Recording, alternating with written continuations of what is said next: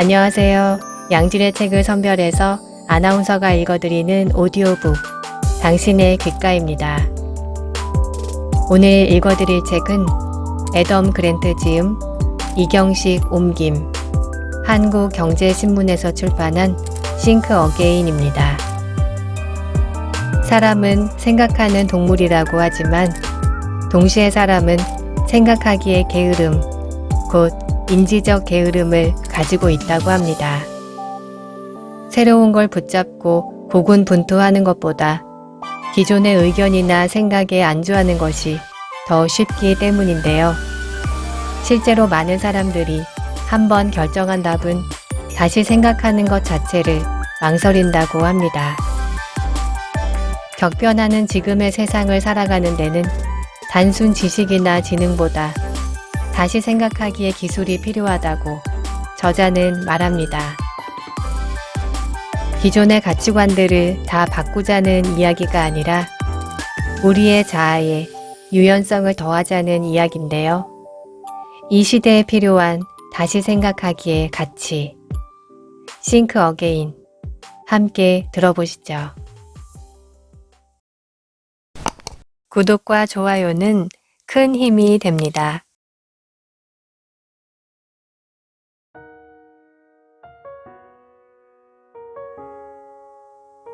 프롤로그.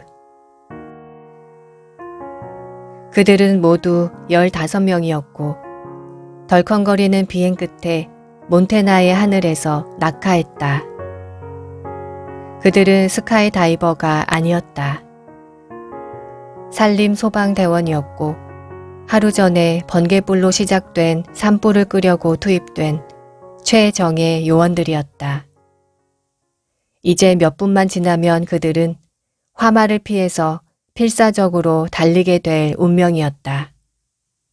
그때까지는 그런 운명을 전혀 알지 못했지만 말이다. 이들이 맨 굴치라 불리는 산의 정상 부근에 낙하한 것은 1949년 8월에 어느 뜨겁던 날 오후였다. 협곡 너머의 불길이 시야에 들어왔고 대원들은 미주리 강을 향해 경사면을 내려갔다. 이들이 세운 계획은 불길이 다가오는 곳 주변의 흙을 뒤집어서 방화선을 만들어 불길을 가둔 다음에 화마가 집어삼킬 먹잇감이 많지 않은 지역으로 불길을 유도하겠다는 것이었다. 400m쯤 내려갔을 때였다. 대장이던 와그너 도지는 언제 바람이 바뀌었는지 불길이 협곡을 넘어서 자기들을 향해 맹렬하게 다가온다는 사실을 알았다. 화염이 일렁거리는 높이는 무려 9m나 되었다. 불길은 앞으로 채 1분도 지나지 않아서 축구장 2개의 넓이의 산림을 가로질러서 닥칠 터였다. 오후 5시 45분. 불길을 가두겠다는 계획은 이미 불가능했다. 도지는 작전을 바꾸어야 했다. 싸울 때가 아니라 도망가야 할 때였다. 재빠르게 판단을 내린 도지는 대원들에게 경사면을 다시 올라가라고 명령했다. 대원들은 가파른 언덕을 빠르게 올라가야 했다. 풀은 무릎 높이까지 자라 있었고 바위가 많은 지형이라 이동이 쉽지 않았다. 대원들이 8분 동안 그렇게 허겁지겁 후퇴한 거리는 약 450m였고 이제 능선까지는 200m도 채 남지 않았다. 눈으로만 볼 때는 얼추 안전한 것 같았다. 그러나 사실 불길은 빠른 속도로 그들을 따라붙고 있었다. 그 순간의 도지는 대원들로서는 도무지 이해할 수 없는 행동을 했다. 불길에 따라잡히기 전에 조금이라도 더 빨리 달아나야 했음에도 불구하고 그는 걸음을 멈추고 성냥을 꺼내서 불을 붙인 뒤 성냥불을 풀밭에 던졌다. 그의 이런 행동을 두고 생존자 한 사람은 나중에 이렇게 말했다. 우리는 대장이 미쳤다고 생각했습니다. 엄청난 불길이 뒤에서 우리를 집어삼키려고 달려오는데 대장이 우리 앞에 또 다른 불을 놓았으니까 말입니다. 이 대원은 도지가 자기를 불태워 죽이려 한다고 생각했다. 그 대원만 그랬던 게 아니다. 그랬기에 도지가 두 팔을 흔들어대면서 이리 와, 이리 오란 말이야 라고 고함을 질렀지만 대원들은 그의 말을 무시하고 정상을 향해 필사적으로 올라갔다. 대원들은 도지의 시도가 생존 전략이었음을 미처 알지 못했다. 그의 생존 전략은 자기 앞에 있는 풀을 태워버림으로써 무섭게 올라오는 화마의 먹잇감을 미리 없애버려 불길의 강도를 조금이나마 누그러뜨려 안전 공간을 만드는 것이었다. 도지는 물통에 물로 손수건을 적셔서 입을 막은 다음에 재만 남은 그 공간에 납작 엎드려 15분을 버텼다. 성난 불길이 그를 지나쳐서 산 정상으로 타고 올라갈 때 그는 지면 가까이에 있는 산소에 의지해서 가까스로 살아남을 수 있었다. 비극이었다. 대원 12명이 화마를 피하지 못하고 사망했다. 한 대원의 유품으로 발견된 회중시계의 두 바늘은 녹아내린 채 멈춰 있었는데 바늘이 가리킨 시각은 오후 5시 56분이었다. 그렇다면 나머지 대원 3사람은 어떻게 살아남았을까? 우선 강인한 신체를 들 수 있다. 도지 외의 다른 두 대원은 강인한 신체 덕분에 불길의 추격을 가까스로 따돌리고 불길보다 먼저 능선에 다다랐기에 목숨을 구했다. 그러나 도지는 강인한 정신 덕분에 살아남았다. 정신적인 강인함을 갖추는데 필요한 것이 무엇인지 생각할 때 사람들은 보통 지능을 떠올린다. 똑똑할수록 복잡한 문제를 그만큼 잘 풀 수 있고 같은 문제라도 더 빨리 풀 수 있다고 생각하는 것이다. 전통적으로 지능은 생각하고 학습하는 능력을 나타내는 지표로 여겨졌다. 그러나 산업계 요동치는 격변의 세상을 살아가는 데는 지능보다 더 중요할 수 있는 일련의 인지 기술들이 있다.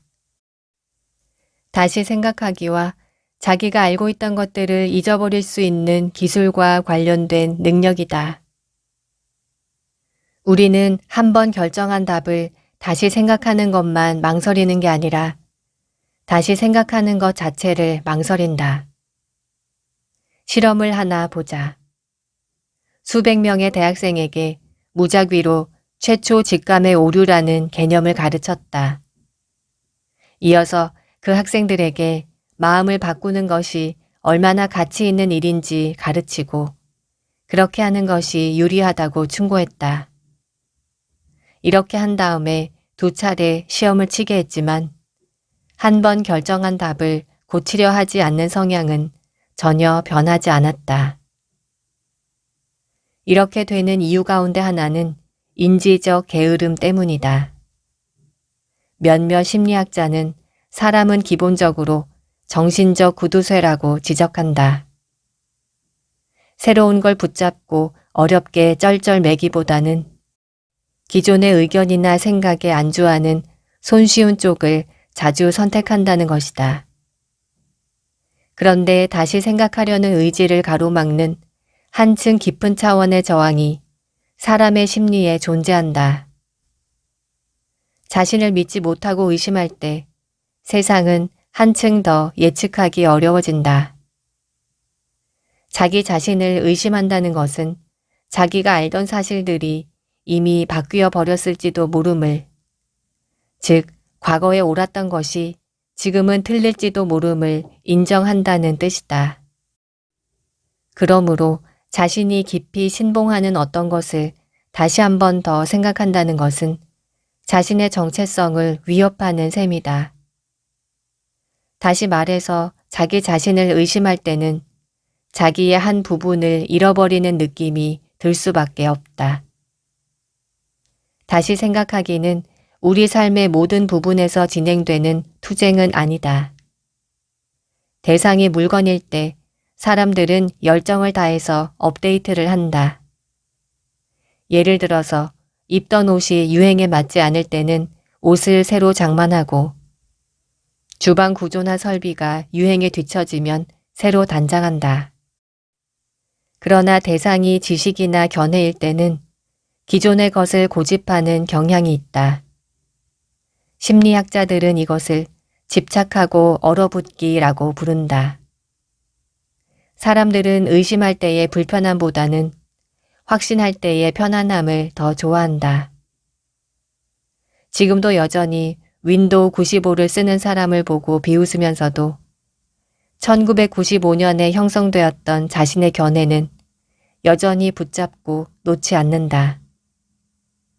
머리가 복잡해지는 온갖 이야기보다는 기분이 좋아지는 의견에 편안하게 귀를 기울인다. 아마 당신은 냄비 속의 개구리 이야기를 들어보았을 것이다. 뜨거운 물이 담긴 냄비에 개구리를 집어넣으면 개구리는 깜짝 놀라서 곧바로 냄비 밖으로 튀어나오지만, 개구리를 찬물이 든 냄비에 넣고 가열해서 천천히 수온을 높이면 개구리는 밖으로 도망칠 생각을 하지 않고 가만히 있다가 결국 죽음을 맞는다. 이 개구리는 자신이 놓인 상황을 다시 생각할 능력이 부족해서 자기에게 어떤 위협이 닥치는지 깨닫지 못한 채 결국 죽는다. 나는 최근에 이 유명한 개구리 이야기를 주제로 연구를 해봤는데 놀라운 점을 발견했다. 그 개구리 이야기가 사실이 아니었던 것이다. 개구리를 뜨거운 물에 집어넣으면 개구리는 심하게 화상을 입는데, 이때 개구리는 냄비에서 탈출할 수도 있고 탈출하지 않을 수도 있다. 그러나 천천히 데워지는 냄비 쪽이 개구리에게는 실제로 더 유리하다. 자기가 놓여있는 물이 너무 뜨거워서 불편하다고 느끼는 순간에 개구리는 냄비 밖으로 튀어나왔다. 자기가 놓인 상황을 재평가하지 못하는 것은 개구리가 아니라 우리 인간이다. 우리는 개구리 이야기를 듣고 그 이야기를 진실로 일단 받아들이고 나면 그 이야기의 진실성을 굳이 의심하려 들지 않는다.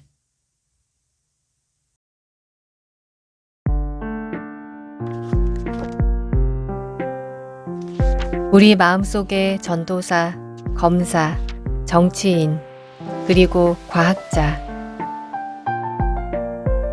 당신은 마이크 라자리디스가 누구인지 모를 수도 있다.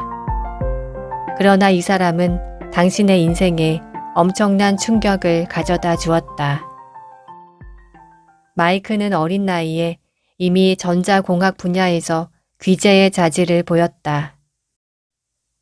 막 4살이 되었을 무렵에 그는 레고와 고무 밴드를 가지고 자기만의 전축을 만들고 있었다. 고등학생 시절에는 교사들이 텔레비전이 고장나면 마이크를 불러 고쳤다. 그는 시간이 남으면 컴퓨터를 조립했으며 학교 퀴즈볼 팀들을 위해 성능이 한결 좋은 버저를 설계했고, 이 팀들은 그의 대학교 1학년 등록금을 마련해 주었다. 전자공학과 졸업을 몇 달 앞둔 시점에 마이크는 당대의 많은 위대한 기업가가 학교에서 하던 바로 그 일을 했다. 학교를 중퇴하는 것이었다. 이민자의 아들이었던 그가 세상에 자기 흔적을 내는 첫걸음을 뗀 것이다. 마이크는 영화 필름의 바코드를 읽는 장치에 특허를 냈고, 이것이 그가 거둔 첫 번째 성공이었다. 이 장치가 할리우드에서 얼마나 유용하게 사용되었던지, 그는 이 장치를 발명한 업적으로 기술 부문에서 에미상과 오스카상을 동시에 받았다. 하지만 이것은 다음번 발명품에 비하면 아무것도 아니었다. 두 번째 발명품인 블랙베리 휴대전화로 그의 회사는 지구에서 가장 빠르게 성장하는 회사가 되었다. 그의 발명품에는 곧바로 열혈 추종자들이 모여들었는데 그 가운데는 빌 게이츠에서부터 가수 크리스티나 아길레라에 이르는 충성심 높은 유명 고객들이 즐비했다. 오프라 윈프리도 이것은 문자 그대로 내 인생을 바꾸어 놓았다. 나는 이것 없이는 하루도 살지 못한다고 말했다. 버락 오바마 대통령도 마이크의 이 발명품을 백악관의 비밀 경호국에 양보하지 않았을 정도다. 마이크는 블랙베리가 이메일 송수신 무선통신 장치가 되기를 꿈꿨다. 2009년 여름 기준으로 블랙베리는 미국 스마트폰 시장을 절반 가깝게 석권했다. 그러다가 2014년까지 블랙베리의 시장 점유율은 1% 미만으로 추락해 버렸다. 어떤 기업이 이처럼 급격하게 추락할 때 우리는 그렇게 된 단 하나의 원인을 결코 정확하게 찾아내지 못한다. 그래서 우리는 그것을 인격화하는 경향이 있고 따라서 블랙베리는 적응에 실패했다고 표현하곤 한다. 그러나 변화하는 환경에 적응하는 것은 기업이 일상적으로 하는 일이 아니다. 그것은 사람이 일상에서 내리는 수없이 많은 의사결정 속에서 하는 어떤 것이다. 마이크는 회사의 공동 창업자이자 사장으로서 또한 공동 CEO로서 블랙베리의 기술 및 제품과 관련된 모든 의사결정을 책임지고 있었다. 비록 그의 생각이 스마트폰 혁명을 촉발한 불씨가 되었을진 몰라도 그의 회사는 다시 생각하기에 서툴렀기 때문에 산소 부족 상태가 됐고 결국 그의 발명품의 불꽃은 사그라들고 말았다. 도대체 그는 어디에서부터 잘못했을까? 사람들은 대부분 자기가 가진 지식과 전문성의 긍지를 느끼며 자신의 믿음과 의견을 고수하는데 자부심을 가진다. 자기 생각에 확신을 가질 때 보상을 받는 안정된 세상에서라면 이런 접근이 일리가 있다. 그러나 문제는 우리가 사는 지금 세상은 눈이 핑핑 돌 정도로 빠르게 변화하는 세상이라는 데 있다. 이런 세상에서는 생각하는 데 보내는 시간만큼이나 많은 시간을 다시 생각하기에 써야 한다. 다시 생각하기는 일련의 기술인 동시에 마음가짐이기도 하다. 우리는 우리에게 필요한 정신적인 도구들을 이미 많이 가지고 있다. 우리는 그저 그것들을 기억하고 있다가 가끔 창고에서 꺼내 녹과 먼지를 제거하기만 하면 된다.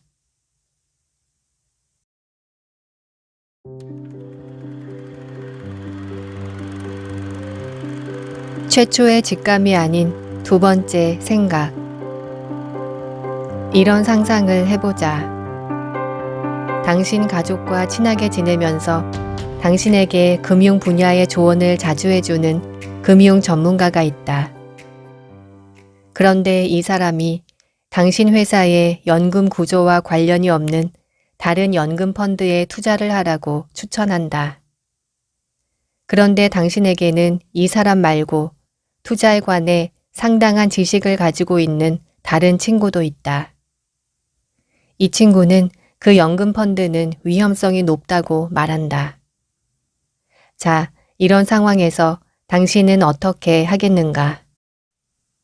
스티븐 그린스퍼는 바로 이런 상황에서 데이터를 기반으로 한 예측을 무시하는 회의적인 전망의 경고를 따져보기로 했다.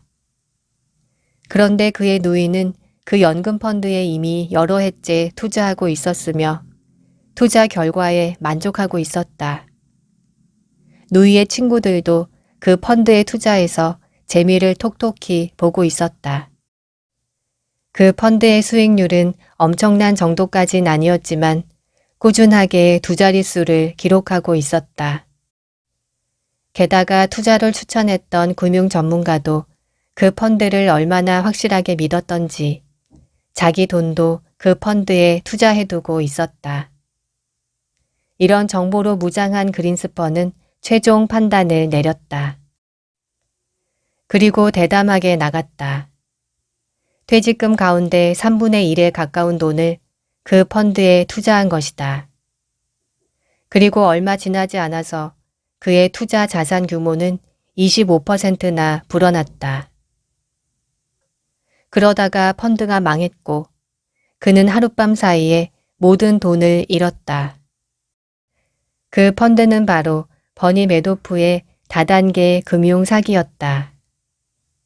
20년 전에 심리학자이자 나의 동료였던 필립 테틀록은 특이한 사실 하나를 발견했다. 사람들이 생각하고 말할 때 흔히 전혀 다른 직업인 세 사람의 사고방식 속으로 빠져든다는 것이었다. 그 세 사람은 전도사, 검사, 정치인이다. 우리는 이 각각의 직업 모두에서 특정한 정체성을 취하며 각 모두에서는 다른 모두와 뚜렷하게 구분되는 도구를 사용한다. 우리는 자신이 성스럽게 여기는 믿음이 위험해질 때 자기의 이상을 보호하고 드높이기 위해 전도자가 되어 설교를 한다. 그러다가 다른 사람의 논리에서 오류를 발견하면 검사가 되어 상대방이 틀렸고 자기가 옳음을 입증하는 논거를 줄줄이 늘어놓는다. 그러다가 다른 사람의 동의를 얻어야 할 때는 재빠르게 정치인으로 변신해서 지역 구민의 지지를 받으려고 대국민 연설이나 언론 플레이 혹은 로비를 하는 등의 정치 공작을 한다. 그런데 여기에는 리스크가 존재한다. 자기가 옳다고 설교하고 상대방이 틀렸다고 조목조목 따지며 다른 사람의 지지를 얻으려고 정치 공작을 하는데 너무 몰두한 나머지 자기 의견이 과연 자신이 생각하는 것처럼 옳은지 다시 생각하지 않기 때문이다. 그린스펀과 그의 누이가 버니 매도프에 투자하겠다고 선택했을 때 그들이 여러 개의 정신적 도구 가운데 단 하나에만 의존했기 때문에 그런 선택을 한 것은 아니다. 전도사와 검사와 정치인이라는 세 개 모두가 하나로 결합해서 두 사람이 잘못된 결정을 내리도록 유도한 것이다. 그린스펀의 누이가 그에게 자기와 자기 친구들이 거둔 투자 수익 이야기를 할 때 그녀는 그 펀드의 장점을 주제로 설교를 했다. 그리고 그녀가 내보였던 확신은 그린스펀으로 하여금 투자를 말리던 자신의 친구에게 조건 반사적인 냉소주의의 혐의를 씌우면서 그를 조목조목 비판하게 만들었다.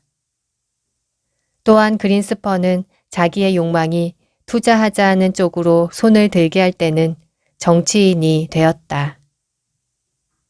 누구나 이런 덫에 걸릴 수 있다. 그린스펀은 자기가 더 잘 알고 있어야 했지만 그러지 못했다고.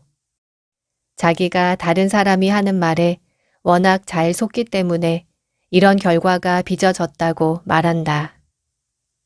그 펀드에 투자하겠다고 결정할 무렵에 그는 우리가 일반적으로 남에게 잘 속는 이유를 주제로 한 책을 거의 다 쓴 상태였다. 그는 당시를 돌아보면서 다른 종류의 도구들을 가지고서 그 결정에 접근했어야 한다고 후회한다. 예를 들어서 그 펀드가 내는 수익을 곧이곧대로 믿기보다는 그 펀드의 전략을 보다 체계적으로 분석할 수도 있었다. 신뢰할 수 있는 여러 참고 자료를 통해 보다 많은 관점에서 바라볼 수도 있었다. 그리고 한꺼번에 많은 돈을 투자하기보다는 적은 돈으로 좀 더 긴 기간에 걸쳐 투자하는 식으로 실험해 볼 수도 있었다. 이렇게 하는 것은 바로 과학자의 방식으로 들어가는 것, 즉 과학자가 되는 것이다.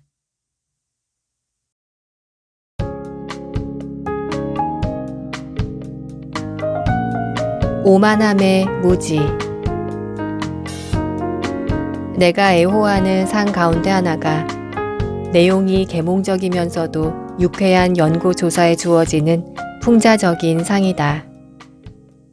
이 상의 정식 명칭은 이그 노벨상이며 실제 노벨상 수상자가 수여한다. 대학생이던 어느 가을날 나는 1,000명이 넘는 동료 학생과 함께 그 수상식을 보러 학교 극장으로 달려갔다. 수상자들 가운데는 살아있는 개구리를 공중 부양시키는 자기장을 발견한 물리학자 2명과 낭만적 사랑의 생화학이 강박장애와 공통점이 있음을 발견한 화학자 3명, 그리고 고양이의 발이 키보드 자판을 건드리면 이를 감지해서 고양이가 싫어하는 소리를 내게 만드는 소프트웨어 포센스를 발명한 컴퓨터 학자가 포함돼 있었다. 포센스가 강아지의 발도 인식했는지 어떤지는 분명하지 않다. 상이 하나씩 수여될 때마다 나는 웃음을 터뜨렸다. 그러나 생각거리를 가장 많이 안겨준 수상자는 따로 있었다.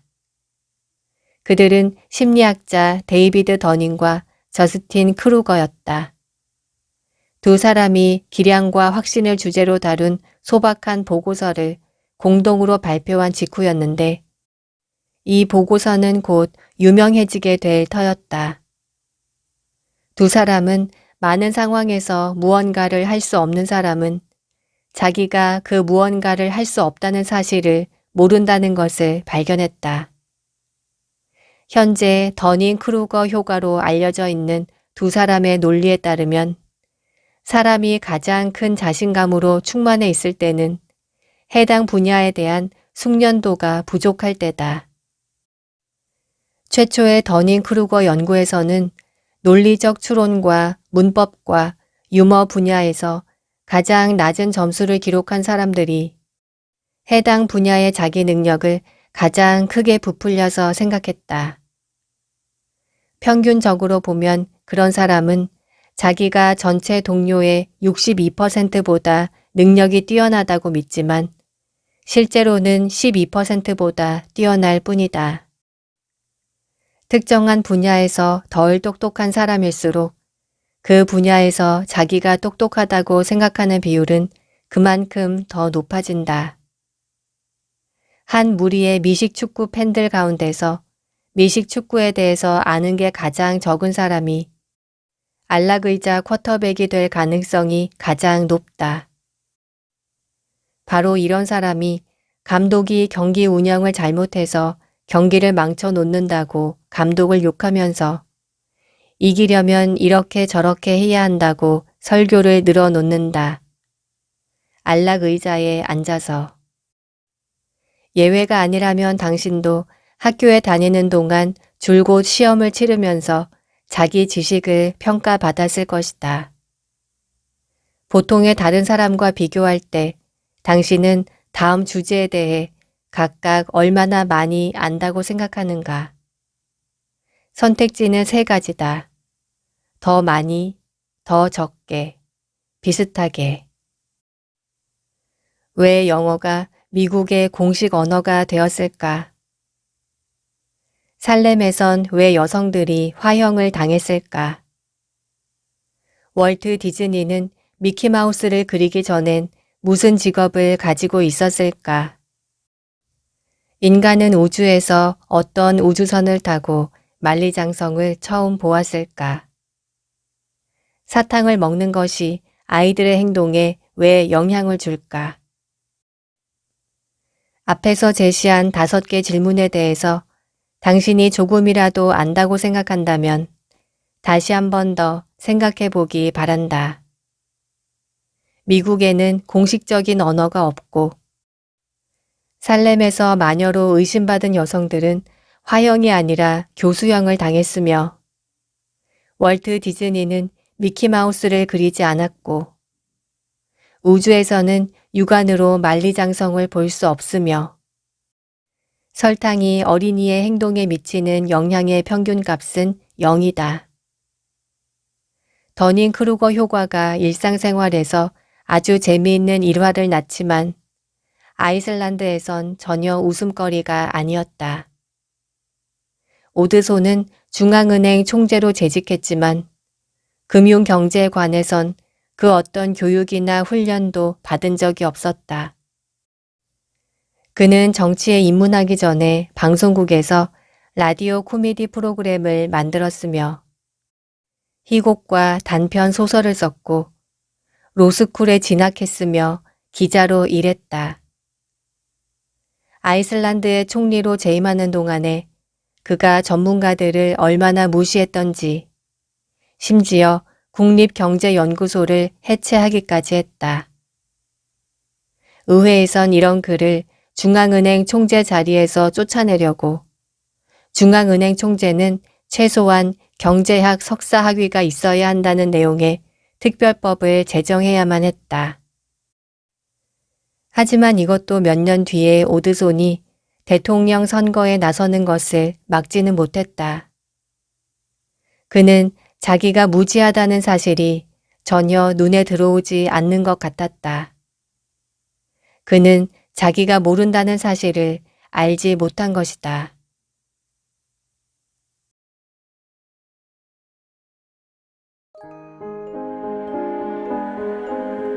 둥근 돌과 모난 돌. 자기 집단과 다른 집단 사이의 경계선이 매우 사소한 것이라 하더라도 사람들은 다른 집단에 대해서 적대감을 느낄 수 있다. 이런 사실을 심리학자들은 수십 년 전부터 확인해 왔다. 겉으로 볼 때 전혀 악의가 없는 질문 하나를 예로 들어보자. 핫도그는 샌드위치일까?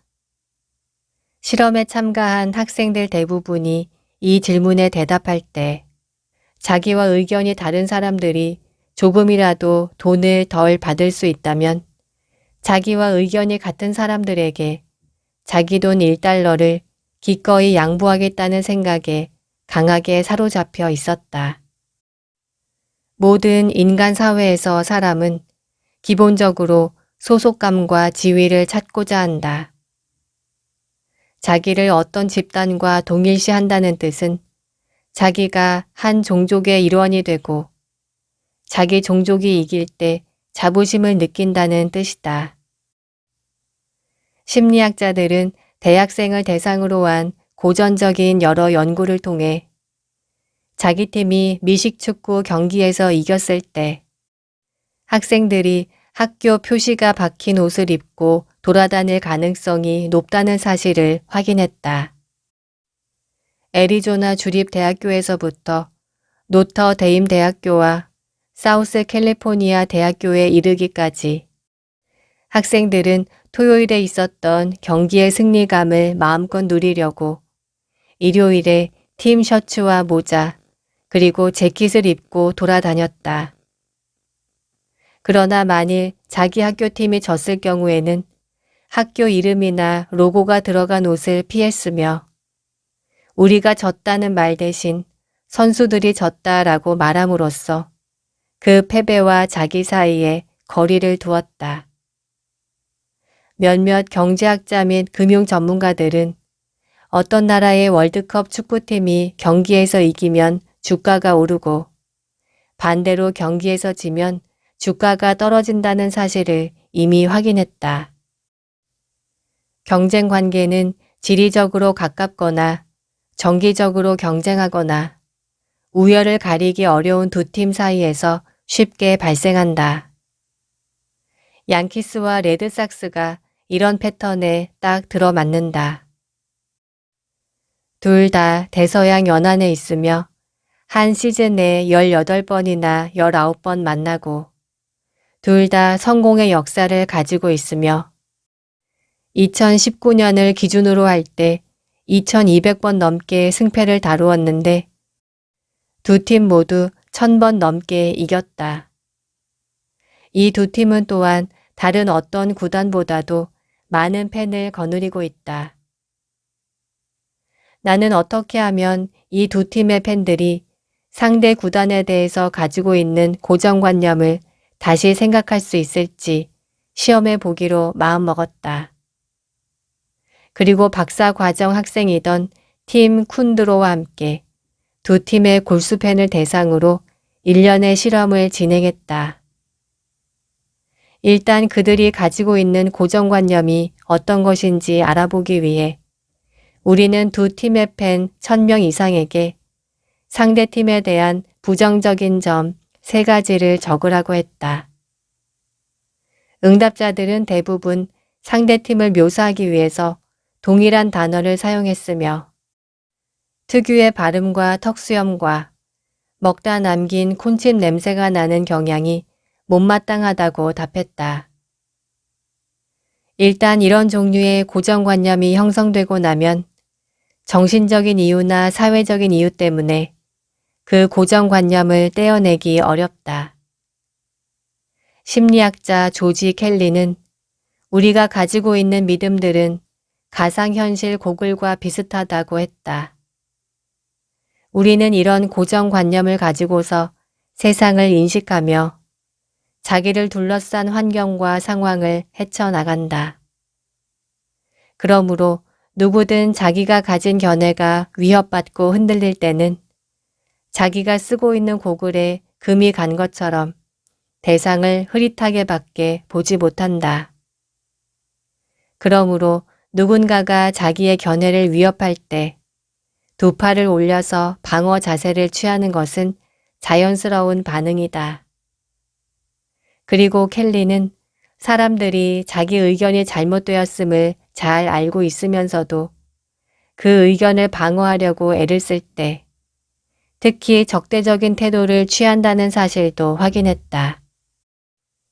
금이 간 고글을 버리고 다른 고글을 쓸 생각은 하지 않은 채 정신의 고개사가 되어 자기 정신을 이리 비틀고 저리 맞춰서 마침내 자기의 기존 의견을 다치지 않고 고스란히 유지할 수 있는 어떤 가시각을 찾아낸다. 사회적으로 보자면 고정관념이 쉽게 사라지지 않는 또 다른 이유가 있다. 사람들은 자기와 많은 것을 공유하는 사람들과 상호작용하는 경향이 있는데 그 바람에 한층 더 극단적으로 흐른다. 이런 현상을 집단 극화라고 하는데 이것은 수백 번의 실험을 통해서 이미 확인된 현상이다. 레드삭스의 팬인 가정에서 성장한 사람이라면 양키스 팬들을 나쁘게 말하는 소리를 당연히 자주 들었을 것이다. 그리고 자기가 가진 혐오와 동일한 혐오를 가진 관중들로 가득 찬 경기장에 가서 정기적으로 레드삭스를 응원하면 양키스를 향한 경멸감은 자연스럽게 강화되고 석회화된다. 그리고 이런 일이 한번 일어나고 나면 자신이 응원하는 팀의 장점과 경쟁팀의 단점만 보인다. 구단들이 나서서 경기는 그저 경기일 뿐이라는 말로 팬들의 극단적인 경쟁심을 누그러뜨리려고 해도 이런 노력은 오히려 역풍으로 작용한다. 이것은 이미 확인된 사실이다. 이럴 때 팬들은 자기 정체성이 훼손된다고 느끼고 한층 더 공격적으로 바뀌기 때문이다.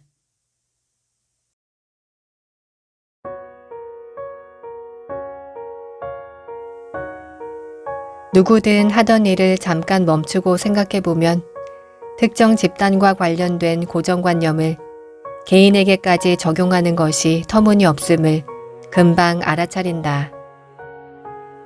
연구 결과에 따르면 집단과 집단 사이에는 우리가 인식하는 것보다 공통점이 더 많다. 그리고 집단 내에 존재하는 다양성은 집단 사이의 다양성보다 훨씬 더 많다. 때로 고정관념을 벗어 던진다는 것은 자기가 증오하는 집단에 속하는 많은 구성원이 사실은 증오의 대상이 될 만한 사람이 전혀 아님을 깨닫는다는 뜻이다. 그리고 이런 깨달음은 그 구성원을 본인이 직접 만날 때 한층 잘 일어난다. 사회과학자들은 지금까지 50년이 넘는 세월 동안 집단과 집단 사이의 접촉이 가져다주는 효과를 시험해왔다. 총 실험 참가자가 25만 명이나 되는 500건이 넘는 논문을 대상으로 한 메타 분석 결과를 보면 전체 가운데 94%에 해당하는 경우에서 다른 집단에 속하는 사람들과 어떤 식으로든 접촉해서 소통할 때 그들이 가지고 있던 편견이 줄어들었다. 비록 집단과 집단 사이의 소통이 만병통치약은 아니지만 그래도 94%라는 수치는 어마어마하게 크다. 사람들이 자신의 고정관념 탑에서 불안정한 젠가 블록을 잘 뽑아내도록 도움받을 수 있는 가장 효과적인 방법은 고정관념의 대상인 사람들을 직접 만나서 대화를 나누는 것이다. 흑인 연주자 데릴 데이비스가 선택해서 성공한 방법이 바로 이것이다. 흑인 연주자가 백인 우월주의자들에게 맞서는 방법. 어느 날 데릴은 KKK단의 주요 간부를 옆자리에 태우고 운전을 하고 있었다. 그 간부의 공식적인 직함은 고위 키클롭스였다. 그는 흑인에 대해서 가지고 있던 고정관념, 즉 흑인은 뇌가 작아서 지적이지 못하고 유전적으로 폭력적인 성향을 띈다는 등의 이유를 들어서 흑인이 열등한 인종이라고 했다. 데릴은 자기는 흑인이지만 단 한 번도 누구를 총으로 쏘지 않았고 자동차를 훔치지도 않았다고 했다. 그러자 키클롭스는 범죄 유전자가 바깥으로 발현되지 않았을 뿐 틀림없이 몸 안에 잠복해 있을 것이라고 말했다. 데릴은 어떻게든 키클롭스의 콧대를 꺾어 놓겠다고 마음 먹었다. 그래서 흑인 연쇄살인범 3사람의 이름을 대보라고 했다. 키클롭스가 한 명의 이름도 대지 못한 채 우물쭈물하자 데릴은 유명한 백인 연쇄살인범의 이름을 줄줄이 늘어놓은 뒤 당신도 연쇄살인범임에 틀림없다고 말했다. 키클롭스는 자기는 그 누구도 죽인 적이 없다며 펄쩍 뛰었다. 그러자 데릴은 조금 전에 키클롭스가 펼쳤던 논리를 그대로 재현했다. 연쇄살인범 유전자가 바깥으로 발현되지 않았을 뿐 틀림없이 몸 안에 잠복해 있을 것이라고. 뭐야, 무슨 말도 안 되는 소리. 내 말은 그게 아니라. 키클롭스는 허둥지둥하며 제대로 반박하지 못했다. 이때 데릴이 다시 말을 이었다. 말도 안 되는 소리라. 맞아요. 내가 당신에게 연쇄살인범 유전자 어쩌고 저쩌고 한 건 말도 안 되는 소리가 맞죠. 아까 당신이 나에게 범죄 유전자 어쩌고 저쩌고 한 것만큼이나 말입니다. 키클롭스는 할 말이 없었다. 여러 달이 지나고 두 사람이 다시 만났을 때 키클롭스는 데릴에게 그때까지 줄곧 데릴과 나누었던 대화를 곰곰이 생각해 봤다고 했다. 그러니까 데릴이 의심의 씨앗을 키클롭스에 뿌려두어서 그가 자신의 믿음을 의심하고 다시 생각하도록 만들었던 셈이다. 나중에 키클롭스는 KKK단에서 탈퇴했으며 자신이 착용했던 고위 키클롭스의 모자와 옷을 데릴에게 기념품으로 선물했다. 데릴은 분명 비범하다. 편견에 맞서서 1인 전쟁을 벌이는 능력이라는 점에서도 그렇지만 기꺼이 그 전쟁을 시작하겠다는 성향이라는 면에서도 그렇다.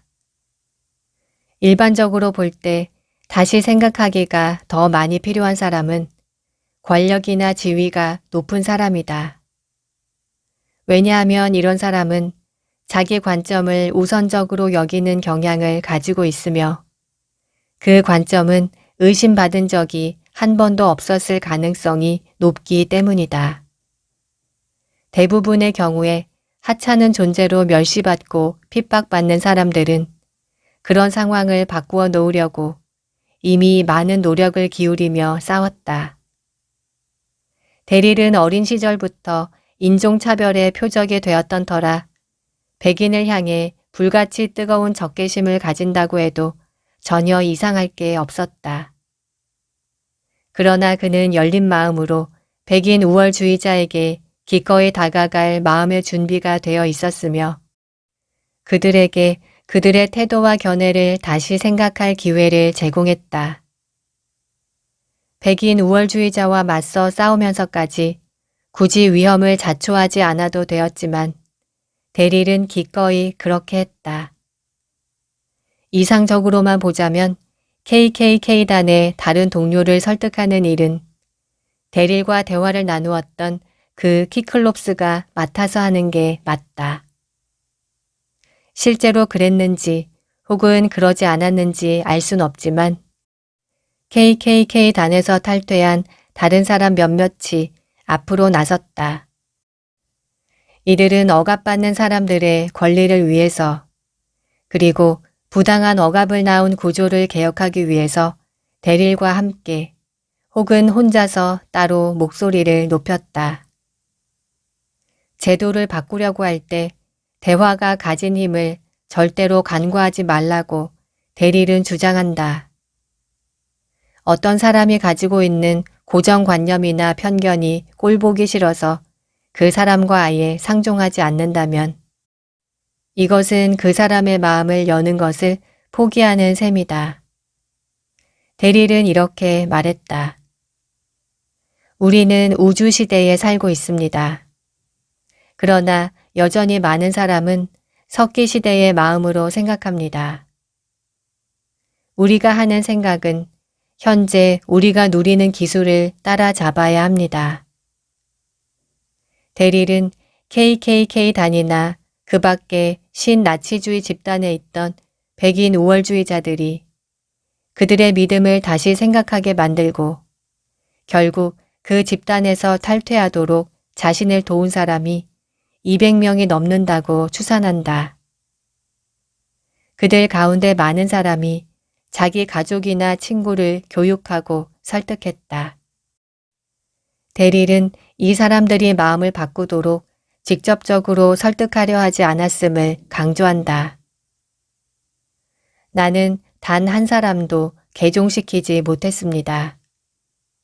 나는 그저 그들에게 자기 인생의 방향에 대해서 생각할 거리를 주었을 뿐이에요. 그들이 그것에 대해 생각했고 그러다가 나에게는 더 나은 길이 필요하고 이 길이 바로 내가 가야 할 길이다라는 결론에 다다랐던 것이죠. 데릴은 설교나 비판이라는 방법으로 이 일을 하지 않았다. 많은 사람은 그가 백인 우월주의자와 대화를 시작할 때 그의 사려 깊음에 깜짝 놀란다.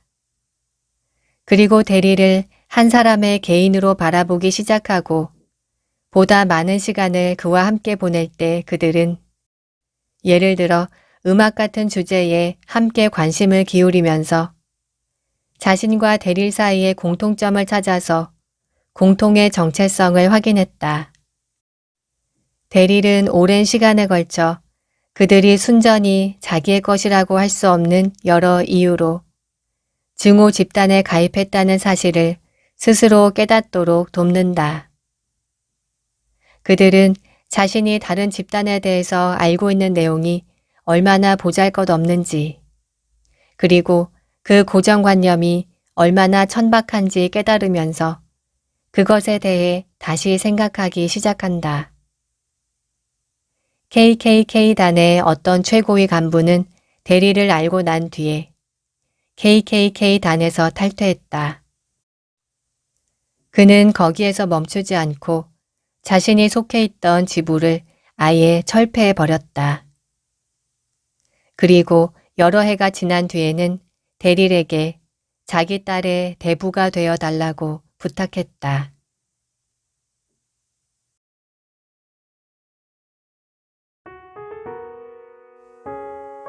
그것은 우리가 늘 해오던 방식이 아니다. 스쿠버 다이빙에 푹 빠져 있던 루카 파르미타노에게 익사의 위험은 낯설지 않았다. 하지만 우주 공간에서 그런 위험에 맞닥뜨리게 될 것이라고는 생각도 하지 않았다. 루카는 국제 우주 정거장으로 가는 긴 여행을 마친 역대 최연소 우주 비행사가 되었다. 2013년 7월 36살이던 이탈리아인 우주 비행사 루카는 생애 최초의 우주 유영을 마쳤다. 6시간에 걸쳐서 실험을 진행했고 장비를 옮겼으며 전원 케이블과 데이터 케이블을 설치했다. 그리고 일주일 뒤에 루카와 또 다른 우주 비행사 크리스 캐시디는 지난번에 하던 일을 마저 하고 보수 작업도 하려고 두 번째 우주 유영에 나섰다. 두 사람이 에어록에서 나갈 준비를 막 마쳤을 때 약 400km 아래로 지구가 보였다. 그리고 두 사람은 우주에서 44분을 보냈다. 그런데 그 순간에 루카는 이상하게도 목 뒤가 축축해진다고 느꼈다. 어디에서 물이 새는지 정확하게 알 수 없었다. 하지만 그건 작은 문제가 아니었다. 마이크나 이어폰 장치에 쇼트가 일어나서 통신이 끊어질 수도 있었다. 루카는 휴스턴에 있는 통제실로 이 문제를 보고했다. 크리스는 땀을 흘리는 게 아니냐고 물었다. 루카는 이렇게 대답했다. 땀을 흘리긴 흘리지. 그렇지만 물의 양이 많아. 그리고 이 물은 다른 데로 흘러가지 않아. 그냥 내 스누피 캡에 고인단 말이야. 그냥 참고로 알아두라고 하는 말이야. 루카는 그렇게만 말하고 하던 일을 했다. 우주 유영 작업 책임자 카리나 에버슬리는 무언가 잘못되었음을 알았다. 이건 정상이 아니야. 그렇게 생각한 카리나는 루카에게 발생한 문제의 원인을 밝혀낼 팀을 꾸렸다. 액체의 양이 점점 늘어나고 있는가? 루카는 늘어나는지 어떤지 알 수 없었다. 그게 물이라고 확신하는가? 루카는 혀를 내밀어서 헬멧 안에서 찰랑거리는 액체를 맛보았다. 금속성의 맛이 느껴졌다. 통제실에서는 우주 유영 작업을 중단하라고 지시했다. 루카와 크리스는 따로 떨어져서 각자의 안전줄을 잡고 에어록으로 향해야 했다. 그런데 루카가 안테나를 잡으려고 몸을 뒤집는 순간 시야가 뿌옇게 변했고 코로 숨을 쉴 수 없었다. 물방울들이 그의 눈을 덮고 콧구멍을 막았던 것이다. 헬멧 안에서는 물이 계속 불어났고 만일 수면이 입까지 닿으면 그는 익사할 수도 있었다. 그의 유일한 희망은 최대한 빨리 에어록으로 돌아가는 것이었다. 해가 지고 있었으므로 온통 어둠이었다. 오로지 작은 헤드라이트 하나만이 그가 가야 할 길을 비춰 주었다. 그런데 그때 통신이 끊어져 버렸다. 자신의 목소리는 물론이고 다른 누구의 목소리도 들리지 않았다. 루카는 오로지 기억에 의존해서 그리고 안전줄의 팽팽함 정도를 가늠해서 가까스로 에어록의 외부 해치로 돌아왔다. 하지만 절체절명의 위험은 여전했다. 헬멧을 벗기 전에 크리스가 해치의 문을 닫아서 기압을 맞출 때까지 기다려야 했던 것이다. 긴박한 침묵 속에서 몇 분의 시간이 흐르는 동안 루카가 과연 살아남을 수 있을지 어떨지는 분명하지 않았다. 마침내 그가 헬멧을 벗었을 때 헬멧에는 약 1.5리터나 되는 물이 들어 있었다. 하지만 다행히 그는 살아남았다. 이 사건은 여러 달이 지난 뒤에 나사 역사상 가장 기묘한 우주복 불량 사건으로 불렸다. 그 뒤로 기술적인 보완이 빠르게 이어졌다. 우주복 기술자들이 물이 새는 위치를 추적해서 보완했고 스노클처럼 생긴 호흡관을 우주복에 추가하고 헬멧 안으로 스며든 물을 빨아들이는 패드를 덧댔다. 그러나 가장 큰 실수는 기술의 문제가 아니었다. 그건 바로 사람의 문제였다. 일주일 전에 루카가 첫 번째 우주 유영을 마치고 돌아왔을 때 그는 자기 헬멧에 물방울이 몇 개 맺힌 것을 보았다. 그와 크리스는 이 물방울이 우주복에 장착된 식수통에서 새어나온 것이라고 생각했고 휴스턴의 통제센터 사람들도 두 사람의 판단에 동의했다. 안전을 위해서라면 식수통을 교체해야 했다. 그러나 그 사실을 확인하는 것만으로 상황은 끝나버렸다. 우주 정거장의 기관장 크리스 한센은 루카의 우주복에 어떤 문제가 있었는지 조사에 나섰다. 그는 나와의 개인적인 인터뷰 자리에서 헬멧에 소량의 물이 발생한 것을 아무렇지도 않은 것으로 치부하고 넘어갔던 것이죠. 라고 말했다.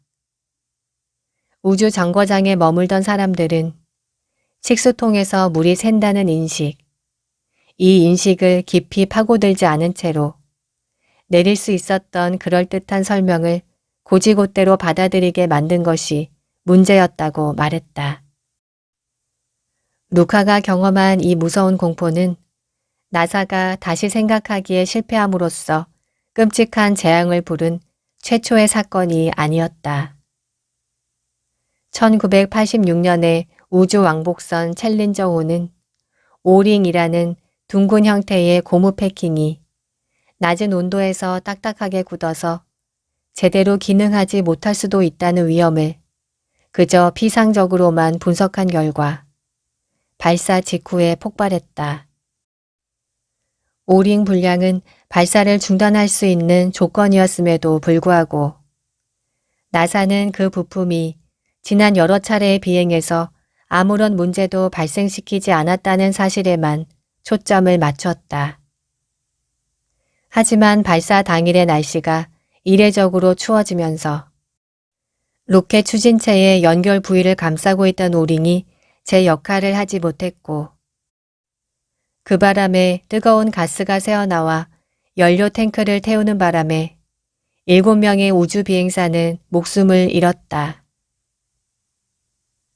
다시 생각하기는 단지 개인의 기술이 아니다. 이것은 집단의 역량이며 조직 문화에 따라서 크게 좌우된다. 나사는 오랜 세월 동안 성과주의 조직 문화의 표본이었다. 나사에서는 그 어떤 가치보다 실행의 우수성이 높은 가치로 꼽혔다. 비록 나사가 놀라운 업적을 쌓긴 했지만 곧 과도한 확신 사이클의 희생자 신세가 되고 말았다. 사람들은 자신이 표준으로 삼는 운영 절차에 자부심을 가지고 자신이 늘 해오던 과정에 확신을 가지며 자신이 내린 결정이 결과를 통해서 타당성을 인정받았다고 우쭐하는 순간 다시 생각하기의 기회를 놓쳐버리고 만다.